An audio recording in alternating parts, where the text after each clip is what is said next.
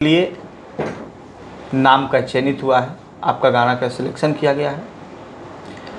किस भाषा से जोड़े मैं इसको भोजपुरी से जोड़ा जाए, हिंदी से जोड़ा जाए, फिर आप जहाँ आसाम से आते हैं उससे जोड़ा जाए, बंगाली से जोड़ा जाए, हरियाणवी या पंजाबी जो भी है, किससे जोड़ा जाए? मेरा भारत महान और इस भारतवर्ष की मैं एक कलाकार हूँ। तो ये कहना गलत होगा कि मैं भारतवर्ष के सब भाषाओं में गा रही हूँ, ऐसा नहीं है। पहले बात तो मतलब मुझे इंटरेस्टिंग तब लगने लगता है जब एक बोली को वो सम्मान नहीं मिला, या फिर वो बोली अभी भी जैसे एक लुप्त प्राय होने के कगार पे हैं। जैसे हमारे आसाम के, नॉर्थ ईस्ट के बहुत सारे ऐसे ट्राइबल डायलेक्ट है जो धीरे धीरे मतलब एक एक्सटिंक्ट आप बोल सकते हैं। तो मुझे ऐसा लगता है कि मैंने खास क्या किया, गा तो सब रहे हैं, बहुत सारे अभी यूट्यूब आने के बाद तो कितने सारे आर्टिस्ट हैं, लाइन लगे हुए हैं। नहीं, अच्छी बात है, ऑल आर मतलब इनटू क्रिएशन, क्रिएटिव सब लोग हैं।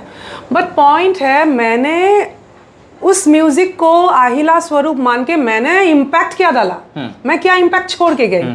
एक तो बाजार है, मनोरंजन है, बाजार commercially that is very important, but उसके अलावा जो आपके अंदर की एक कलाकार है, आर्टिस्ट है, जहाँ कुछ नहीं है, मिट्टी दिया गया आपको, उस मिट्टी से आपने क्या बनाया कि वो फूल बन गया, और उस फूल की उसको जब बनाया गया, कलर रंग दिया गया, अगर वो फूल किसी के कोई छोटे बच्चे को मन मोह लिया, वो भी एक सक्सेस है। सो मैं इस तरह से नहीं देखती हूँ, किसी को श्रेय नहीं दिया जा सकता। हाँ, कोई भी जो भाषा है। तो हमारे भारतवर्ष की खास बात ये है, जो अनेकता में एकता की बात कहती हूँ, तो उसी तरह से मैं कल्पना को उस दृष्टि से देखती हूँ कि असम में जन्म हुआ, लेकिन कालक्रम ऐसा हुआ कि मैं जो काउ बेल्ट ऑफ इंडिया, जो मेन हमारे उत्तर प्रदेश बिहार है, वो एक तरह की आत्मा है भारतवर्ष की, सांस्कृतिक रूप में भी। और मेरा कुछ भी कनेक्शन नहीं होते हुए भी मुझे आप आज भोजपुरी गायिका कल्पना बोलते हो, तो ये मेरे लिए गर्व की बात है। मैं इसको बहुत प्राइड के साथ कैरी करती हूँ। और जब कोक स्टूडियो की बात बोलूँगी, MTV कोक स्टूडियो एक ऐसा प्लेटफॉर्म है, हर आर्टिस्ट चाहता है कि वहाँ परफॉर्म किया जाए। तो वहाँ जब पहली बार मैंने परफॉर्म किया तो मैं राजस्थानी गीत गाई। मन में खुशी इसलिए था कि चलो कल्पना के प्रोफाइल में कुछ बहुत बड़ा कुछ ऐड हुआ है, लेकिन जो एक अंदर एक जो कल्पना है कि वो भोजपुरी का स्वाभिमान नहीं मिला, वो नहीं मिला मुझे अभी भी है इस बात का दुख? एक नहीं, दुख नहीं है, वो सुख में बदल दिया गया। प्रभु की कृपा, गुरुओं की कृपा कि MTV कोक स्टूडियो में भोजपुरी खड़ी बिरहा में गाई। आपको पता नहीं है, इसमें मैं क्या कर सकती हूँ? अगर भोजपुरिया जनगण को पता नहीं है तो ये कभी कभी ऐसा होता है ना, हम और परवेज जी मेरे हस्बैंड, हम लोग बहुत सारे सक्सेस, भोजपुरी सक्सेस को अकेले में एंजॉय किया। पता है, जब the legacy of Bhikhari Thakur 2012 में ऑल इंटरनेशनल आर्टिस्ट के साथ लंदन की वर्जिन रिकॉर्ड से रिलीज होता है, परवेज और मैंने पार्टी किया है। भोजपुरिया जनता को पता नहीं है। तो क्या हुआ, 50 साल बाद पता लगेगा। जानकारी कब हुआ कि ग्रैमी में मेरा गाना गया है? मेरा कब जानकारी हुआ? क्योंकि इंडिया के लोग इसको सिलेक्ट नहीं करते हैं। वो टीमें जो होती है, इंटरनेशनल टीम होती है, और इसमें जिस कंट्री से जिसको चयनित किया जाता है उसमें उसका कोई रोल नहीं रहता है, वहाँ के कोई प्रतिनिधि नहीं शामिल रहता है। वो लोग खुद सिलेक्शन करते हैं और उसके बाद आपके पास उसका इंफॉर्मेशन दिया जाता है। आपको जानकारी कब हुआ? बस ऊपर वाले की, गुरुजन की, सबके बड़े लोगों की कृपा है कि कहीं ना कहीं एक जो अवार्ड होता है कभी कभी अलग अलग समय काल के मतलब माइलस्टोन के हिसाब से आपको बार पीठ ठोका जाता है एक्चुअली। अच्छा काम करो और करो, मैं उसी तरह से उसको सोचती हूँ। ऐसा कुछ नहीं है, ये एकदम एक यात्रा है। और आसाम के कुछ देवरी बोल के एक ऐसी बोली है जहाँ उन लोगों को भी वो सम्मान नहीं मिला। जैसे एंडेंजर्ड लैंग्वेजेस की लिस्ट है, इंडिया में भी है, यूनेस्को की एंडेंजर्ड लिस्ट में देवरी बोली की एक मतलब डेंजर लेवल में है, वो स्थान है। और मुझे लगा कि इतना यूनिक चीज़ असमिया होके भी मुझे पता नहीं, तो मैंने कुछ काम किया था। और उसी के चलते बाद में मुंबई में मुलाकात होती है ध्रुव घानेकर। ध्रुव घानेकर एक बहुत बड़ा ऐसे नाम है जो एक्सपेरिमेंटल और जैज ब्लूज गिटारिस्ट है वो, और भारतवर्ष के बहुत प्रसिद्ध लोक गायिका इला अरुण जी की जमाई है वो, और इला जी को भी बहुत मानती हूँ। तो ध्रुव घानेकर जी ने वॉयज 1, फिर ये वॉयज 2 है, उन्होंने अपने शैली में वो शैली बहुत आम जनता को समझ में नहीं आएगा, और एक्सपेरिमेंटल मैं बोलूँगी, और उन्होंने फर्स्ट वॉइस में भी मैं थी, और इस पे 3 ट्रैक मेरा है, और तीनों लेकिन आसाम के इर्द गिर्द ही घुमा हुआ सब्जेक्ट है, भोजपुरी नहीं है इसमें। तो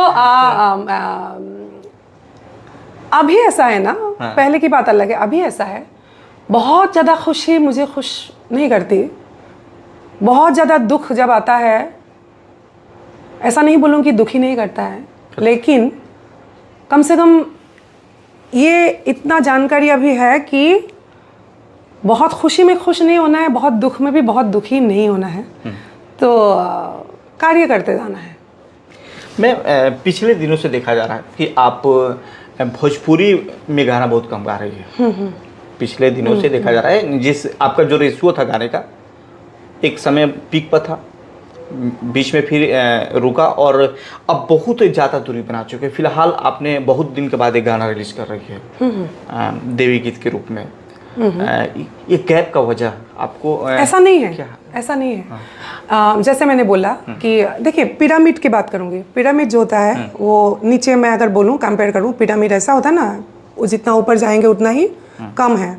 तो मैं उस तरह से देखती हूँ, जब मास है जो डेली खाने पीने की, मतलब पढ़ाई लिखाई, बच्चे की खर्चा, बहुत कुछ में जो बेस्ट रहता है, परेशान रहता है, वो अगर मास में बोलूँ, भारतवर्ष की अगर बात बोलूँ, और धीरे धीरे जो जब वो इंटेलेक्चुअलिज्म में जाएंगे, और वो कौन जाएगा जिनका वो मतलब बहुत संसार में आग्रह कम होगा, वैराग्य लेके जाएगा, या फिर जो जिसका बहुत पेट भरा हुआ होगा वो जाएगा लग्जरी में।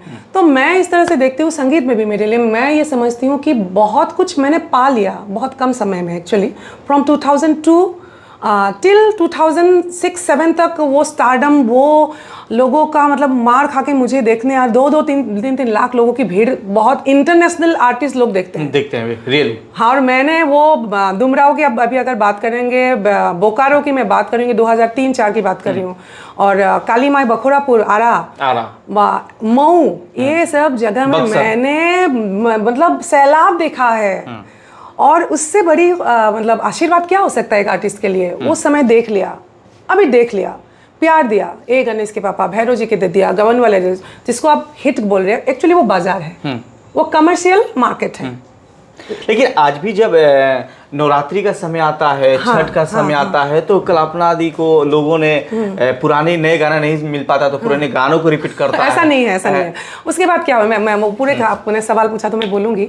उसके बाद जैसे 2-3 साल गाने के बाद ही मैं अचानक मेरे अंदर ये आया कि आसाम की भूपेन हजारिका भोजपुरी में कहाँ है, ये सवाल मेरे अंदर आया।